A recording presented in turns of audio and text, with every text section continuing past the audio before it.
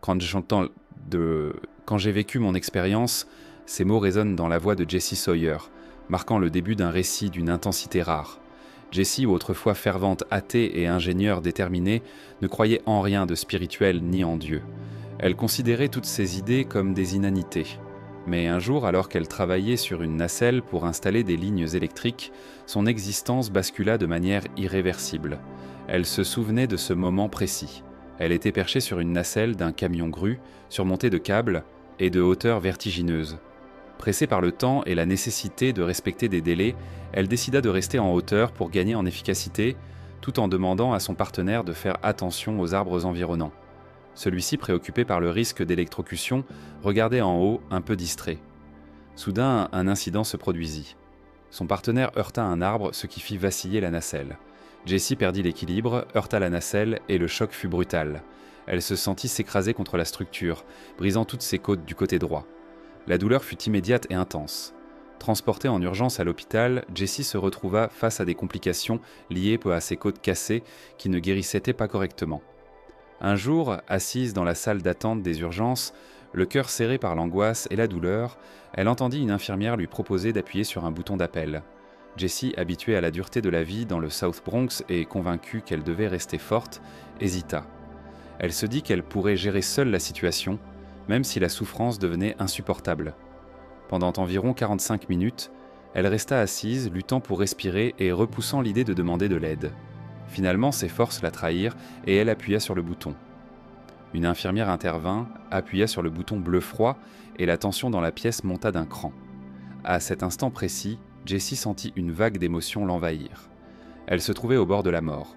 La douleur dans son ventre était devenue insoutenable, ressemblant à une sensation de mélange de ses entrailles dans un blender enflammé.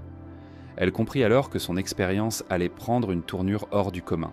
Alors qu'elle était allongée sur son lit d'hôpital, entourée de bips de machines et d'un personnel médical affairé, Jessie commença à ressentir des sensations étranges. Elle avait des difficultés à respirer, et son esprit, malgré la douleur, s'ouvrait à une réalité au-delà de la vie ordinaire. Ses yeux devinrent extraordinairement acérés, percevant même le grain du papier peint qui l'entourait. Au milieu de cette souffrance et de cette peur, un sentiment de curiosité naquit en elle, un émerveillement face à l'inattendu, au-delà de la simple appréhension de mourir. Et puis, à mesure que la nuit avançait, la réalité de la mort se rapprochait. Jessie aperçut une ombre près de la porte de sa chambre. Cette présence silencieuse laissa présager que quelque chose de profond était sur le point d'arriver. Elle sentit une immense tristesse mêlée à une étrange acceptation. Peut-être était-il temps pour elle de lâcher prise.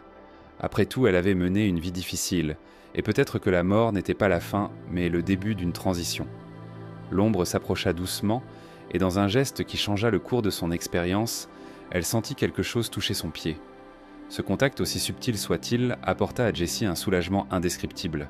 La douleur s'atténua, remplacée par une profonde paix, une relaxation totale et un sentiment d'amour et de calme qu'elle n'avait jamais connu auparavant. Elle n'éprouvait plus la suffocation, à sa place elle ressentait un état de béatitude, comme si un voile de peur se dissipait pour laisser place à la lumière. Un souffle chaud caressa ses cheveux alors qu'elle se sentit légère, presque hors de son corps. Jessie se vit se lever sans effort, et elle observa la scène autour d'elle avec une curiosité sereine. Dans un coin de la pièce, elle pouvait voir l'équipe de réanimation en pleine action, tentant désespérément de la ranimer. Elle observa la docteure qui effectuait les compressions, le stress visible sur son visage, et elle se sentit étrangement détachée de l'urgence qui l'entourait. Ce moment étrange fut le début de son voyage hors du corps. Jessie se questionna « Mais si c'est moi qui est là-haut, qui suis-je vraiment ?» Elle entendit alors une voix douce et mystérieuse qui l'invita à envisager son corps comme un véhicule usé, un véhicule qui avait parcouru des millions de kilomètres et qui ne pouvait plus être réparé. La voix lui suggérait de dire adieu à son corps, d'accepter que le moment était venu de le laisser partir. Cette invitation marqua un tournant décisif pour Jessie. Elle sentit une montée de peur mêlée d'émerveillement. Elle comprenait qu'elle se tenait au seuil de quelque chose de vaste et d'inconnu, mais elle ressentait aussi une paix profonde en face de l'idée de mourir. Lentement, l'idée de la mort cessait d'être une ennemie terrifiante pour devenir une transition douce et inévitable. Au cours de ces instants, Jessie commença à percevoir des sensations physiques qui s'estompaient d'un. La douleur s'évanouit, remplacée par un état de calme absolu. Elle sentit un vent tiède, presque caressant, qui fit voler ses cheveux et amplifia son sentiment de liberté. Elle se retrouva alors soulevée, portée par une force douce et enveloppante, se détachant de son lit d'hôpital. Dans cette nouvelle dimension, Jessie pouvait flotter au-dessus de son corps, observant les tentatives des médecins pour la sauver avec une étonnante sérénité. Elle se sentait connectée à une réalité plus vaste, comme si elle faisait partie d'un tout immense et harmonieux. Mais c'était également là qu'elle commença à ressentir le poids de la transition. La conscience qu'elle allait quitter son existence matérielle et entrer dans une autre forme d'être. Son voyage ne faisait que commencer. Elle sentit une présence féminine, douce et rassurante, qui semblait l'accompagner dans cette phase cruciale. Cette présence, qu'elle ne pouvait pas définir précisément, émanait une énergie d'amour et de paix qui transcendait tout ce qu'elle avait connu. Elle lui parla sans mots, lui transmettant des images et des sensations qui dépassaient l'entendement humain et l'accompagnant vers ce qui semblait être un tunnel de lumière et de sonorités apaisantes. C'est ici que l'histoire de Jessie prend une dimension nouvelle, le début d'un voyage à travers les frontières de la vie et de la mort, un chemin qui la mènera vers des révélations profondes, des rencontres émouvantes et une transformation intérieure radicale. Alors que Jessie était guidée par cette présence bienveillante, elle se retrouva devant un immense tunnel baigné d'une lumière éclatante. La voix douce de cette entité féminine l'encourageait à avancer, lui assurant que chaque pas la rapprochait de réponses et de vérités profondes. Le son apaisant de cloches et de chœurs enveloppait le tunnel, créant une atmosphère de sérénité absolue qui contrastait avec la turbulence de ses expériences antérieures. En avançant, Jessie ressentit une sensation de flotter, comme si elle se libérait de toutes les chaînes physiques et émotionnelles qui l'avaient jusqu'alors retenue. Les murs du tunnel semblaient le palpiter avec une vie propre, vibrant de couleurs changeantes et de motifs complexes qui évoquaient eux des souvenirs et des émotions. Elle remarqua que ce paysage n'était pas linéaire. C'était un voyage sensoriel et spirituel où le temps et l'espace se confondaient, offrant une expérience unique à chaque instant. Au bout du tunnel, la lumière devint encore plus intense, enveloppant Jessie dans une étreinte chaleureuse. Elle se sentit transportée dans un lieu de pure beauté, un domaine qui semblait à la fois familier et entièrement nouveau. Là, elle distingua des silhouettes douces et lumineuses qui s'approchaient d'elle. Chaque être émanait une énergie d'amour et de compassion, et Jessie comprit qu'elle était entourée d'entités qui l'accueillaient avec une bienveillance infinie. L'une de ces entités, plus rayonnante que les autres, sembla s'adresser directement à elle, lui transmettant des images et des sensations sans parole. Jessie vit des scènes de son passé, des moments heureux avec sa famille, des sourires partagés, des gestes d'amour simples mais puissants. Elle comprit que tout ce qu'elle avait vécu jusqu'alors avait une signification profonde, que chaque douleur et chaque triomphe la préparaient à ce moment de révélation et de transformation. Dans cet état d'éveil spirituel, Jessie sentit le poids de ses peurs et de ses regrets se dissiper. Elle réalisa que, malgré son athéisme passé et les défis qu'elle avait affrontés, elle était enveloppée d'une présence d'amour et de guidance qui la dépassait.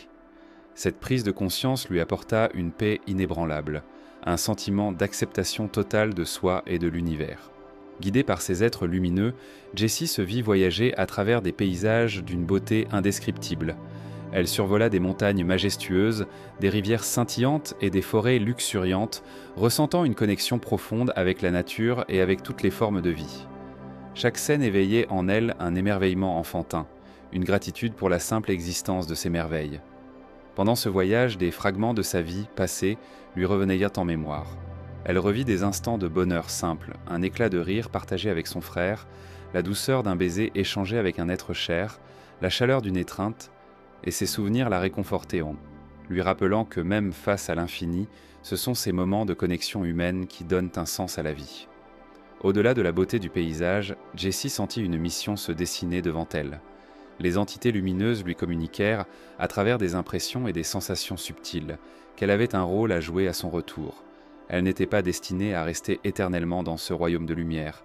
Elle devait revenir pour partager ce qu'elle avait appris, pour inspirer et guider les autres avec la sagesse et l'amour qu'elle avait reçus. La perspective de retourner à la vie physique ne l'effrayait plus. Au contraire, elle ressentait une excitation douce, un désir de transmettre son expérience et de vivre sa vie avec une conscience renouvelée. Elle envisageait de revoir sa famille, de communiquer l'amour profond qu'elle avait ressenti et d'aborder le monde avec un regard neuf, éclairé par son voyage hors du corps. Alors que Jessie se préparait à quitter ce domaine de lumière, Elle ressentit une immense gratitude envers les êtres qui l'avaient accompagnée, envers la présence aimante qui avait guidé chaque étape de son périple. Elle prit un moment pour absorber toute la beauté, l'amour et la sagesse qui l'entouraient gravant chaque sensation dans son âme. Cette phase de son expérience touchait à sa fin, prête à basculer vers le retour vers la vie terrestre, mais Jessie savait déjà que les changements opérés en elle étaient irréversibles.